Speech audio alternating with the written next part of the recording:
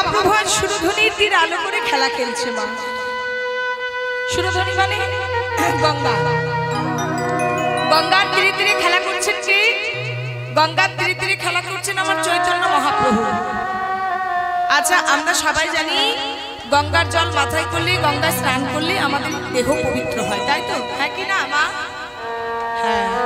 আচ্ছা মা, জানো যে গঙ্গার তীরে আমার মহাপ্রভু আজ খেলা করছেন, সেই গঙ্গার সৃষ্টি কোথায়? গঙ্গার সৃষ্টি হলো কিভাবে? গঙ্গার সৃষ্টি হলো সেই দিন, ভালো করে শোনো ঘটনাটা। এই যে আমরা গান বাজনা গাইছি না, যখন আমাদের ভুল হয় তখন কিন্তু আমাদের পাপ হয়। গানের মধ্যেও প্রাণ আছে। আমি যদি সুরে গাই, দেখবেন গানটা প্রাণ পায়। কোন শিল্পী যদি সুরে গান গায়, আমরা কি বলি? আহা। তার মানে কি? গানের সুরটাতে আমাদের ভেতরে একটা কিছু জাগ্রত হচ্ছে, তার মানে কি? গানটা প্রাণ পাচ্ছে। আর যদি বেসুরে ক্যা ক্যা করে গেয়ে যায়, আপনারা বলবেন কি? আহা। তার মানে কিন্তু সেগুলো মরতে বসে। আমাদের যেমন দেহ অসুস্থ হলে আমাদের শরীরে যেমন কষ্ট হয়, তেমন গান বাজনা ভুলভাল গাইলে তেমন সেই সুর রাগ রাগিনীর শরীরে কষ্ট হয়। তো গান বাজনা গাইতে হলে একটু শুদ্ধভাবে সুর লয় ছন্দ তাল নিয়ে গাইতে হয়। তো দেবশ্রী নারদ বিনা যন্ত্র নিয়ে সবসময় গান করে, তাই তো? যে শটে এর কথা ওকে, ওর কথা ওকে, লাগাই ভাজাই কে?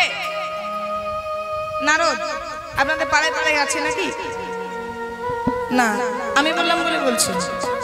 দেবশ্রী নারদের গান এর কথা ওকে আর ওর কথা ওকে, দেবতাদের মধ্যে খালি কোন্দল বাড়ানো। তো নারদ মুনি কি করতেন গো? ওই বিনা যন্ত্রটা নিয়ে নারায়ণ নারায়ণ নারায়ণ নারায়ণ কি গাইতেন তো।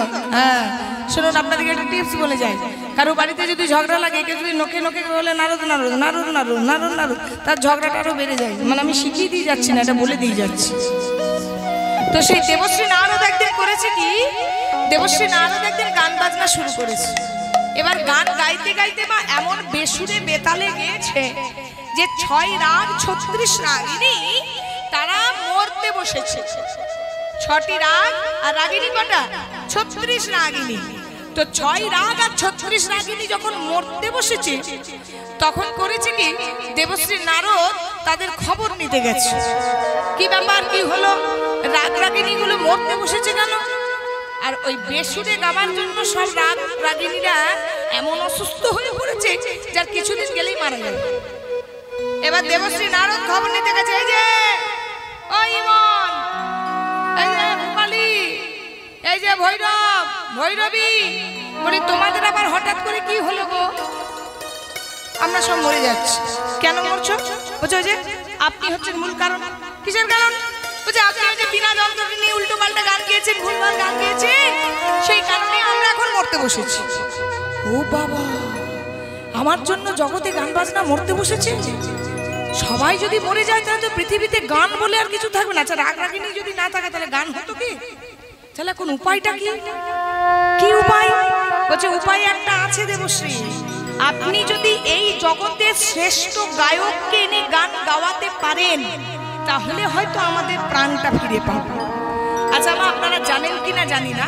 আচ্ছা বলুন তো, এই জগতের শ্রেষ্ঠ গায়ককে জানেন? কেউ জানেন? স্বর্গ মর্ত পাতালে ত্রিভুবনের শ্রেষ্ঠ গায়ককে? হ্যাঁ বাবা, এখনকার মেয়েরা শিবলিঙ্গে জল ঢালে কেন বলুন তো?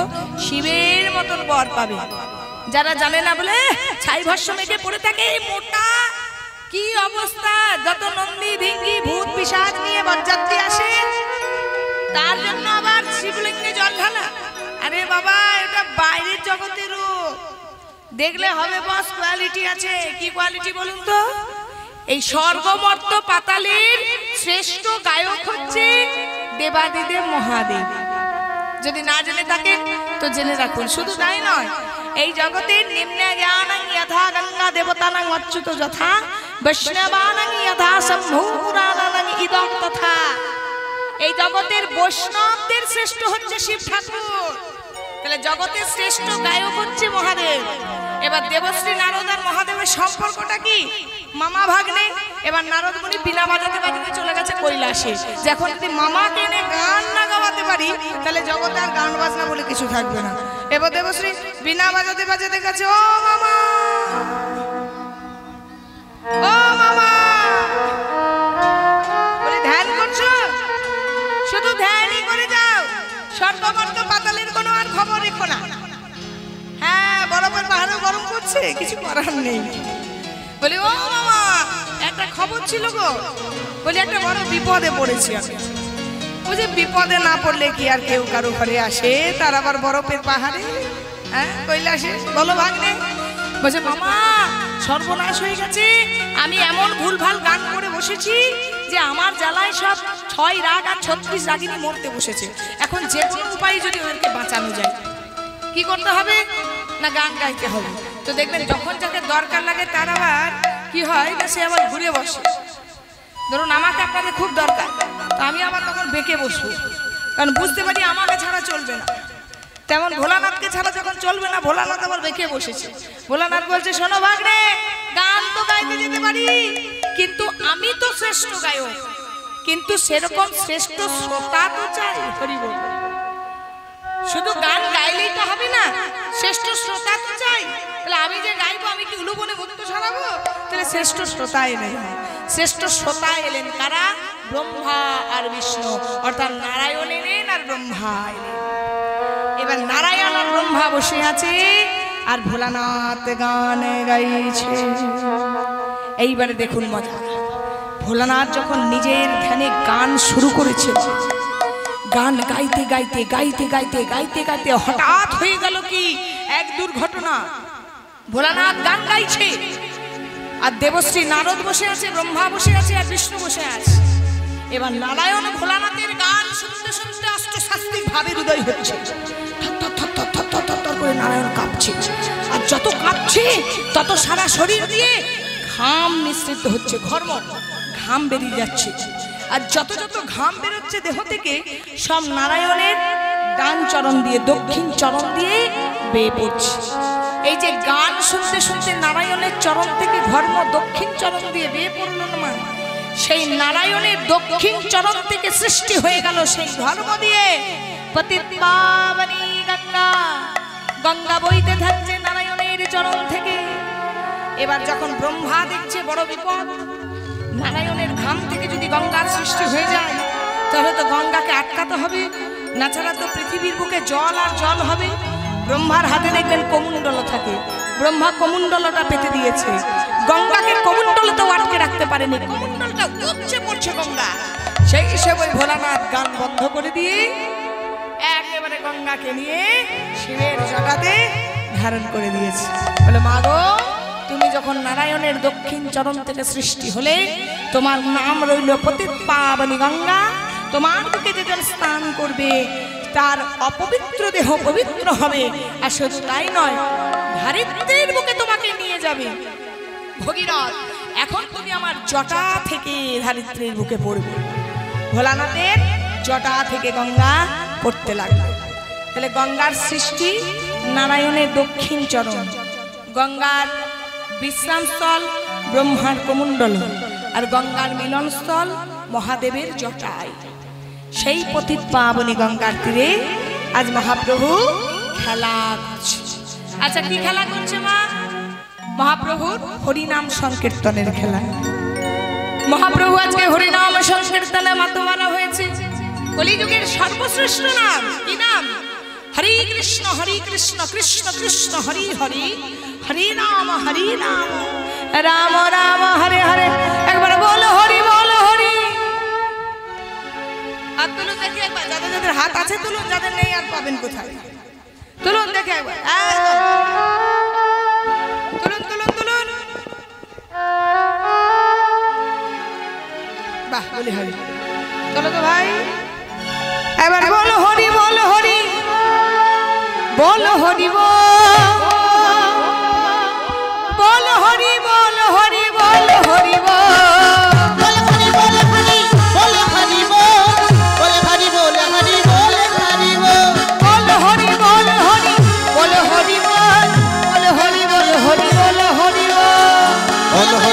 हरि बोल हरि बोल, बोल हरि बोल हरि बोल हरि बोल।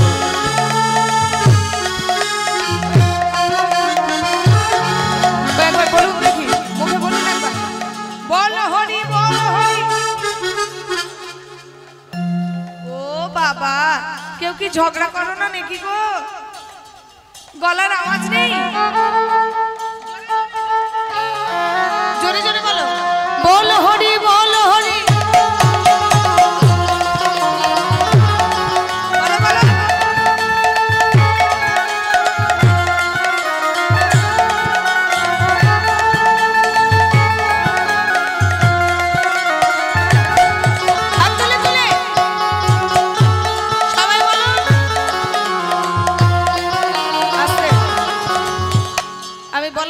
ছাড়বো, বলো বল হরি বল হরি।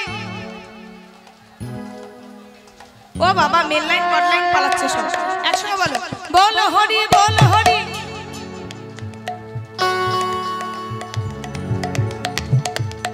আরে বলো, জোরে জোরে বলো,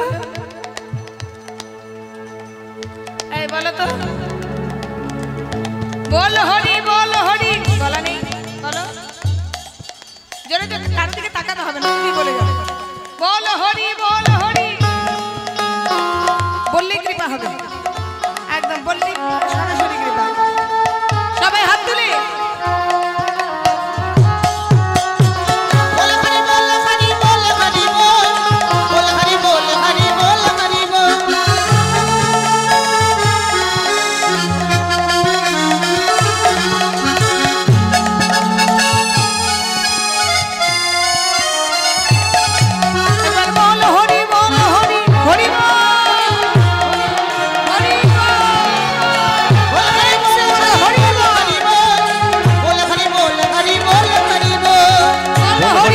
हरि बोल हरि बोल, बोल हरि बोल हरि बोल हरि बोल। श्री गुरु ब्रह्मानंद निताई गौर हरि बोल हरि बोल हरि बोल हरि। আমি একবার বলছি, মাইক ব্যান্ড 4 বার করে বলা করাচ্ছে, তেমন আমি একবার বলবো, আপনারা 5 বার করে বলবেন, বুঝেছেন? বলো হরি বল, হরে কৃষ্ণ হরে কৃষ্ণ কৃষ্ণ কৃষ্ণ হরে হরে, হরে রাম রাম রাম হরে হরে, হরে হরে হরে হরে। আচ্ছা, কলিযুগের মানুষের অবস্থাটা কেমন জানো মা? আমরা তো কলিযুগের মানুষ, সত্য পেরিয়ে গেছে, তেতা পেরিয়ে গেছে, দাপর পেরিয়ে গেছে, সত্য তেতা দাপরের পর কলিকাল এসেছে। তো কলিযুগের মানুষের অবস্থাটা কেমন জানেন? যখন ভগবান কুরুক্ষেত্রের যুদ্ধের মাটিতে ছিলেন, কুরুক্ষেত্রের যুদ্ধ শেষ হয়ে গেল, কুরুক্ষেত্রের যুদ্ধের শেষের পর সেখানে রাজা হলেন কি? ধর্মরাজ যুধিষ্ঠির। এবার যুধিষ্ঠির যখন কুরুক্ষেত্রের মাটিতে রাজা হলেন, তখন হস্তিনাপুরের রাজা যুধিষ্ঠির যখন হলেন, ভগবান কৃষ্ণ তখন ওই হস্তিনাপুর ত্যাগ করে দ্বারকায় ফিরে যাচ্ছে। এই যুধিষ্ঠির আর কৃষ্ণ সম্পর্কটা কি? মামার ছেলে আর পিসির ছেলে। এবার কৃষ্ণ যখন চলে যাচ্ছে, তখন যুধিষ্ঠির পেছন থেকে বাধা দিয়েছে, বলছে ভাই একটু দাঁড়াও। বলো দাদা, বলছে আচ্ছা তুমি তো অন্তর্যামী কৃষ্ণ, আচ্ছা তুমি যদি অন্তর্যামী হও তো তুমি একটা বার বলো তো, আগত কলিযুগের মানুষ কেমন হবে, আর আগত কলিযুগের মানুষের অবস্থাই বা কেমন হবে? ভালো করে শুনুন কথাগুলো। ভগবান শ্রীকৃষ্ণ মনে মনে চিন্তা করছে, আমি যদি মুখে বলি এই ব্যাটা বিশ্বাস করবে না। এই যে আমার বাড়ি হচ্ছে বর্ধমান জেলা, জেলাটার নাম বর্ধমান।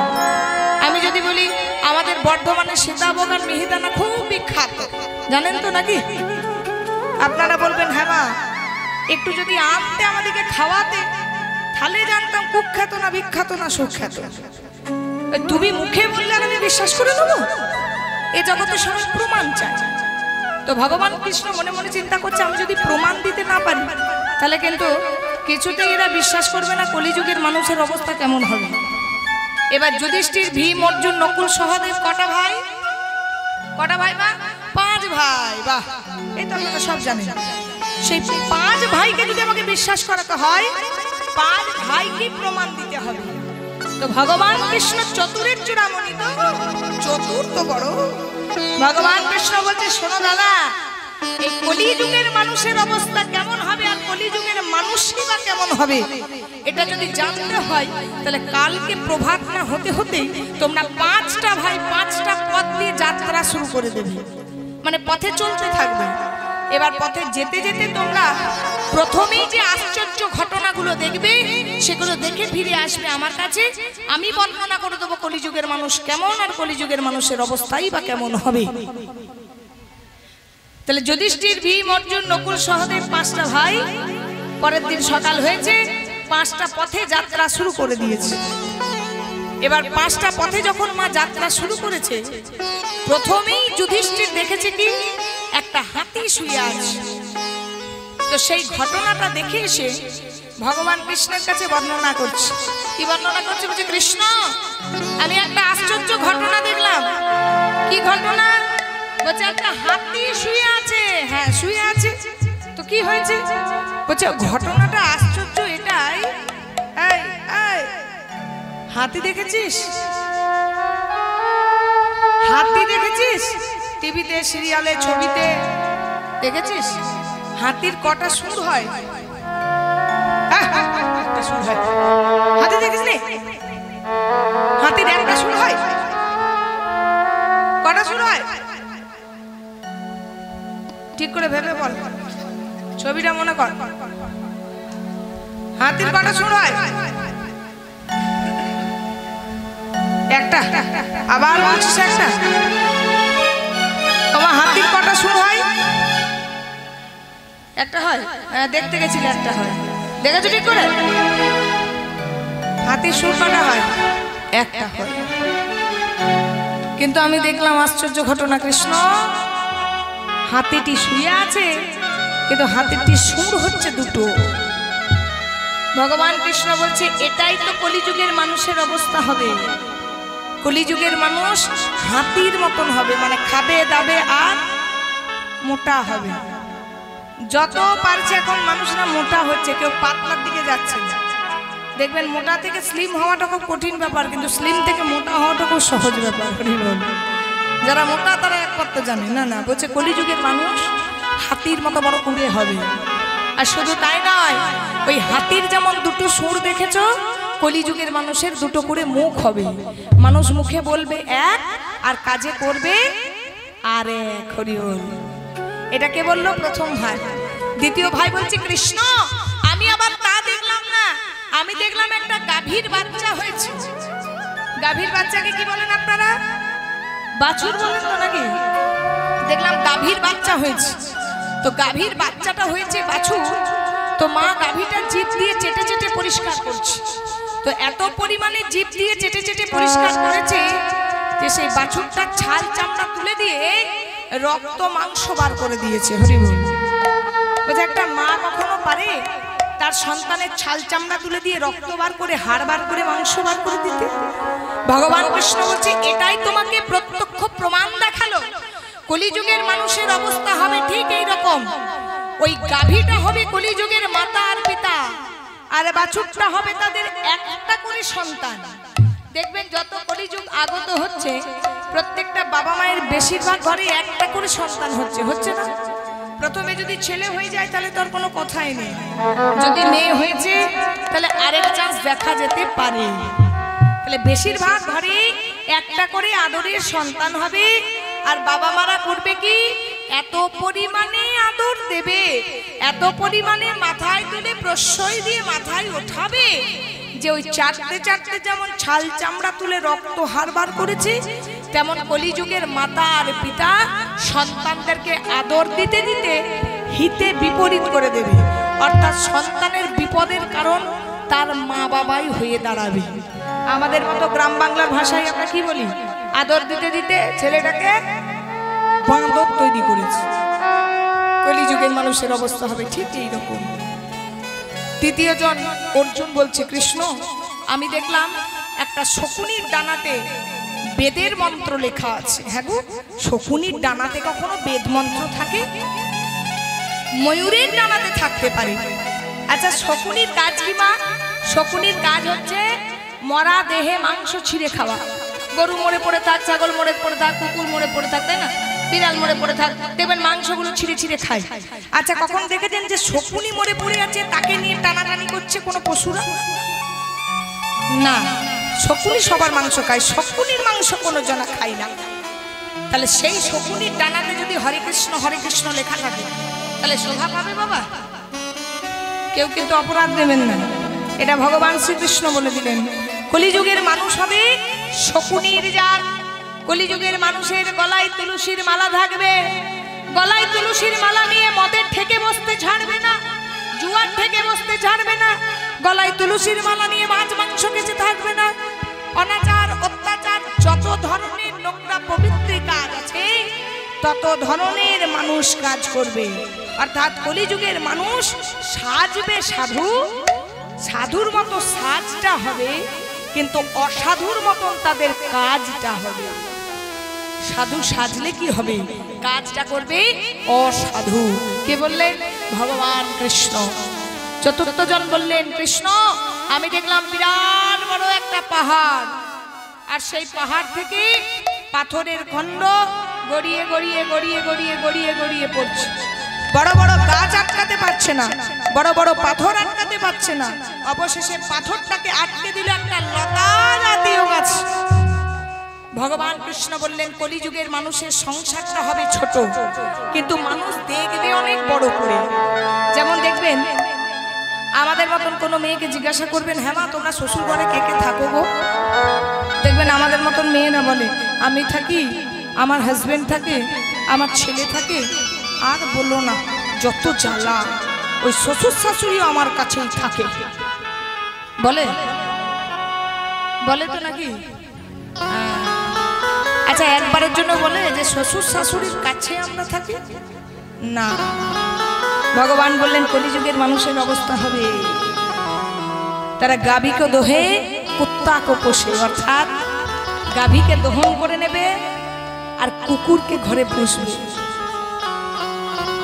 সম্বন্ধকে আচ্ছা খিলায়ে আর বাপ রহি যায় ভুকা।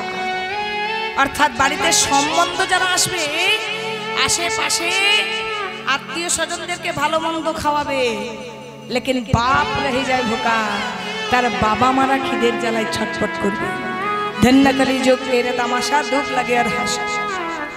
এমন একটা কলিযুগ, সবই হবে উল্টো উল্টো। সচ্চা কাহিতে মরেই লঠা, झूठा भी जगत भुलावे, और गोरस बिकाता गली गली सुरा बैठे बिकावे। বলছে যারা সৎ পথে থাকবে, সত্যি কথা বলবে, কলিযুগে তাদের উন্নতিটা একটু দেরি হবে। যারা মিথ্যা কথা বলবে, যারা অনাচার অত্যাচার করবে, তাদের উন্নতিটা তাড়াতাড়ি হবে। सच्चा कहे तो मारे लट्ठा, झूठा में जगत भुलावे, और गोरस बिकाता गली गली। গরুর দুধ আদর্শ সুষম পুষ্টিকর খাবার, সেটা দরজায় দরজায় বিক্রি করে আসতে হবে বাবা।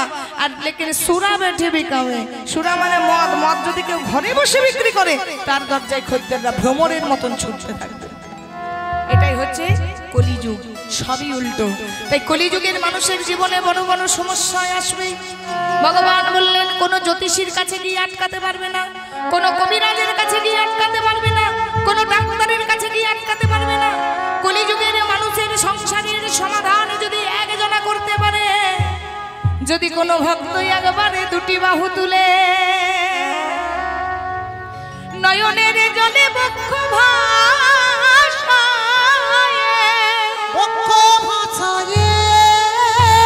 যদি একবার হগৌর কৃষ্ণ বলে, একবার ভগবানের চরণে পড়ে কাঁদতে পারি, হৃদয় গৌর হরিব হরিবল হরিবল। তাহলে কলিযুগের সমস্যার সমাধান কোথায়? ওই একটাই লতা গাছ। সেই লতা গাছটির নাম কি? হরে কৃষ্ণ হরে কৃষ্ণ। ভগবান নিজে বলে দিলেন কলিযুগের মহামন্ত্র নাম হবে কলিযুগের সমস্যার একমাত্র সমাধান। তাহলে সমস্যা যাদের যাদের আছে, একটু সমাধান করার জন্য ওই নামটা করুন। দেখে একবার কোনো বাহু তুলে। ও ভেবেন না আমি একাই খাটবো, যতক্ষণ আমি থাকবো আপনাদেরকেও খাটিয়ে মারবো। চলুন হাত তুলুন।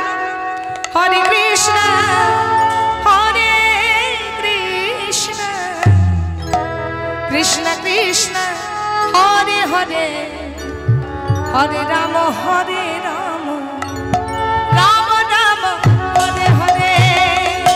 হরে কৃষ্ণ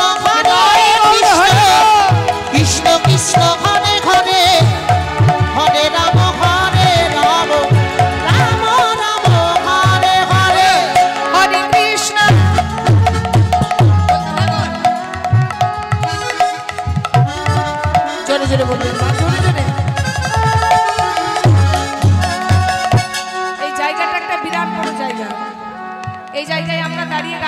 আপনারা শুনছেন, বহু জন্মের সুকৃতি না হলে সে কৃষ্ণ নাম গাইতে পারে না, বহু জন্মের সুকৃতি না হলে সে কৃষ্ণ নাম শুনতে পারে না। মা যেহেতু শুনছেন, একবার সবাই মিলে আমার সাথে গাইবেন হরে কৃষ্ণ বলে হরে।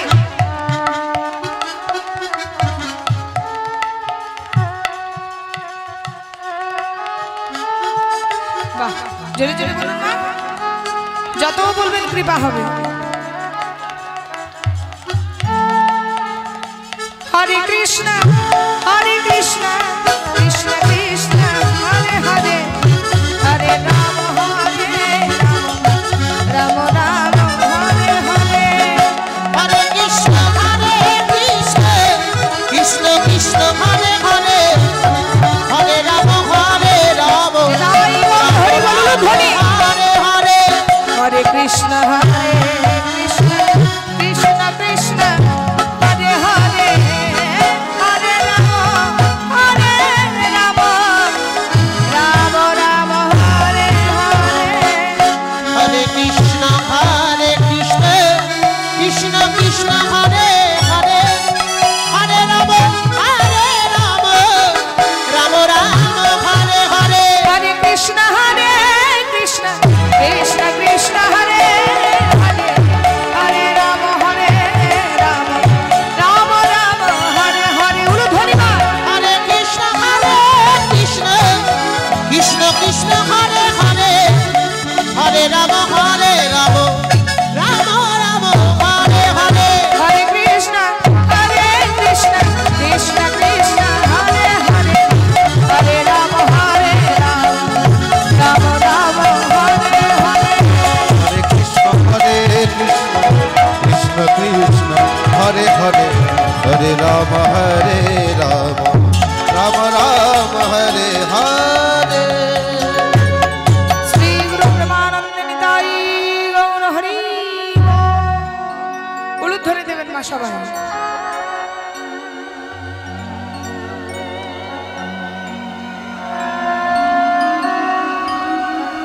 বাহ বলে হরি।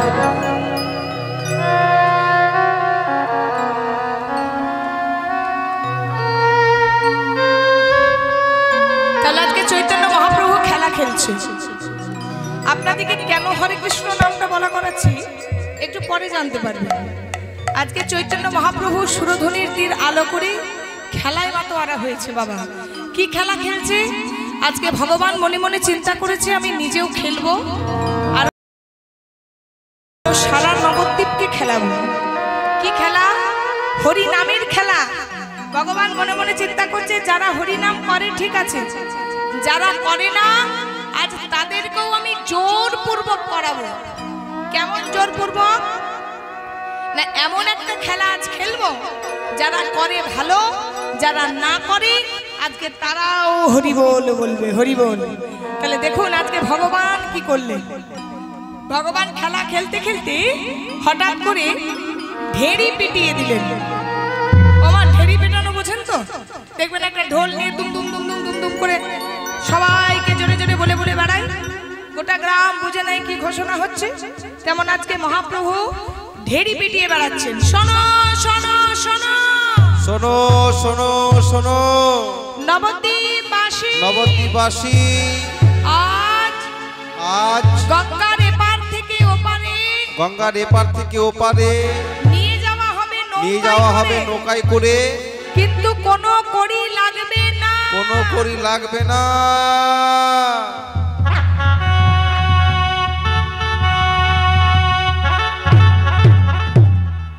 ওমা ঘোষণাটা শুনেছো ভালো করে?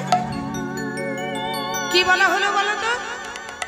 গঙ্গার এপার থেকে ওপার নৌকায় করে নিয়ে যাওয়া হবে, কিন্তু কোনো কড়ি লাগবে না, মানে কোনো টাকা পয়সা লাগবে না, বিনা পয়সায় এপার থেকে ওপারে নিয়ে যাওয়া হবে। ধরুন আপনাদের এখানে কোনো মন্ত্রী এসেছে হেলিকপ্টারে করে, আপনাদের বড় মাঠে হেলিকপ্টারটা ল্যান্ড করেছে, ঠিক আছে? এবারে ধরুন আপনাদের গ্রামে মাইকে করে অ্যানাউন্স করা হলো যে সারা গ্রামবাসীকে ওই হেলিকপ্টারে করে সারা কলকাতা ঘুরিয়ে দেখানো হবে, কোনো পয়সা লাগবে না। হ্যাঁ গো মা, যাবেন কি যাবেন না? সত্যি কথা বলুন। কই যাবেন তো হাত তুলুন তো দেখি একবার। এই কজন সবাই যাবেন না? যদি কোনো পয়সা না লাগে তাহলে এই জগতে সবাই দেখবেন ছুটছে। দেখবেন মৎসব যদি কোথাও হয় সেখানে কীর্তনের ভিড়টা একবার দেখে নেবেন। হ্যাঁ, যাওয়াই যাবে, কেউ না যাওয়া করবে না। সেমনি আজকে নবদ্বীপে ঢেড়ি পেটানো হয়েছে। কি বলা হয়েছে? গঙ্গার এপার থেকে ওপারে নিয়ে যাওয়া হবে, কোনো কড়ি লাগবে না। তাহলে সারা নবদ্বীপে মনে মনে চিন্তা করছে কোনো পয়সা যদি না লাগে তাহলে গঙ্গায় এপার থেকে ওপারে নৌকায় চাপবো নাই বা কেন? তাহলে একটা 5 মাসের শিশুও গেছে আর একটা 80 বছরের বুড়োও গেছে, যে মরার সময় একবার নৌকাতেই চেপে ওপার ওপার করে নি। এবারে কি হয়েছে দেখুন মা, বিনা পয়সায় যখন বলা হয়েছে সবাই গঙ্গার তীরে গিয়ে উপস্থিত হয়েছে। এবার নিমাই আজকে নিয়ে যাবে গঙ্গার এপার থেকে ওপারে। এবার হয়েছে কি, ধরুন নৌকাতে 50 জন ধরবে, এবার বিনা পয়সায় বলে কিন্তু 100 জন চেপে বসে আছে। তাহলে নৌকাটার অবস্থা কি হবে? কানায় কানায় ভর্তি হয়ে গেছে। এবার নৌকায় 50 জনের জায়গায় 100 জন চেপেছে। মহাপ্রভু মনে মনে চিন্তা করছে এই একটা সুযোগ, এই সুযোগেই যারা হরিবল বলে না তাদেরকে আমি হরিবলটি বলাবো। তো কেমন করে হরিবল বলা করাচ্ছে দেখুন। নৌকায় চেপেছে আর স্বয়ং নাবিক হয়েছে কিন্তু আমার মহাপ্রভু। এবার চৈতন্য মহাপ্রভু নাবিক হয়ে বামে নিয়েছে গদাধরকে। গদাধরকে শ্রীমতী রাধারানী। যেমন আমার কৃষ্ণ বামে নিতেন রাধারানীকে, তেমন আজকে নিমাই বামে নিয়েছে সেই রাধারানী গদাধরকে। ওই না প্রিয় গদাধর বলো ধনিবা।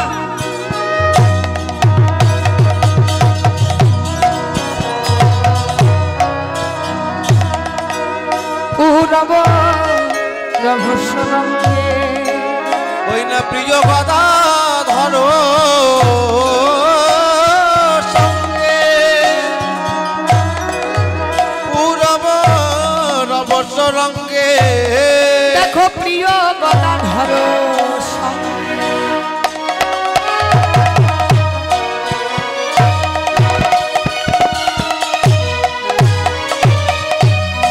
আচ্ছা, আমার নিমাই কিন্তু নৌকা চালাচ্ছে ঠিক, কিন্তু নিজের প্রিয়তমাকে পাশে নিয়েছে। হরি বল। পূরব রহস্য ওই না প্রিয় গদাধর সঙ্গে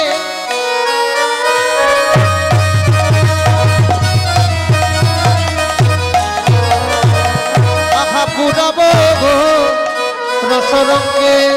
নৌকায় বসিয়া করি খেলা, নৌকায় বসিয়া করি খেলা।